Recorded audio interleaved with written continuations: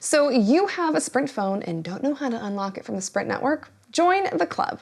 Today I'm showing you how to unlock your phone, and I'll explain why carriers lock your phone in the first place, plus I'll go over the benefits of having an unlocked phone.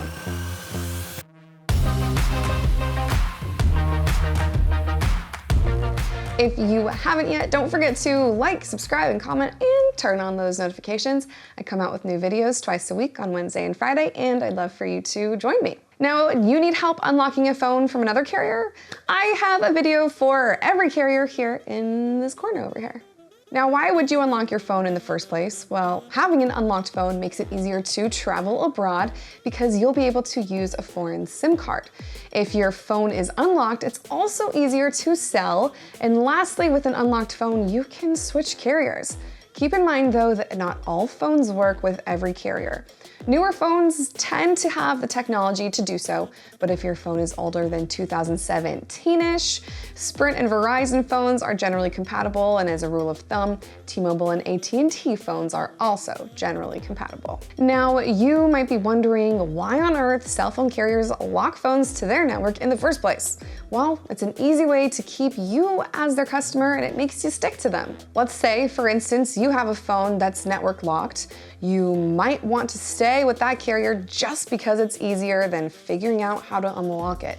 But do not let that mindset deter you, because today I'm going to show you how to unlock your Sprint phone in a few simple steps. If you need a little bit more help, I'll have these steps laid out in the description, where you'll also be able to find a link to a written guide as well if you need a little bit more help. Now, before you can unlock your phone, you have to meet a few unlock requirements. Just gotta do a little bit of homework.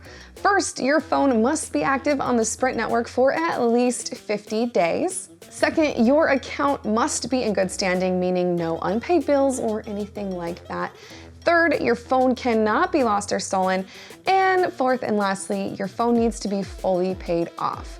Now, if you are on the Sprint Flex Lease, you have to go through the end of lease purchase option. This means you'll pay a large lump sum to own your phone after your lease is over.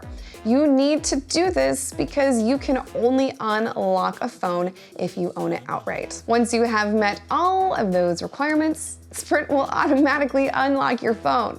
If you feel like you've met these requirements and your phone still isn't unlocked, you can call Sprint customer service at this number below. When or if you call to unlock your phone, the request may take up to 2 business days. Just keep that in mind if you're planning that. Now, these steps are for Sprint postpaid customers only. If you're a Sprint forward customer, you need to call customer care at this number. Now, if you're in the military, you can unlock your phone even if you don't own it. You just need to show proof of deployment or proof that you're either in the military or on the same account as someone else who is in the military. Each line on a military account can unlock up to 2 devices each year. That may be a tablet and a phone, or a smartwatch and a phone. Whichever combo you like, you get 2 devices to choose from to unlock. If you need help unlocking your phone, military personnel can go to sprint.com/SWW support or call customer support at this number below. Now, I come out with new videos every Wednesday and Friday all about telecommunication, and I'd love for you to join along. And what topics do you want to hear from? What do you want me to cover? Let me know in the comments. I'm Sherry Riggs with WhistleOut TV.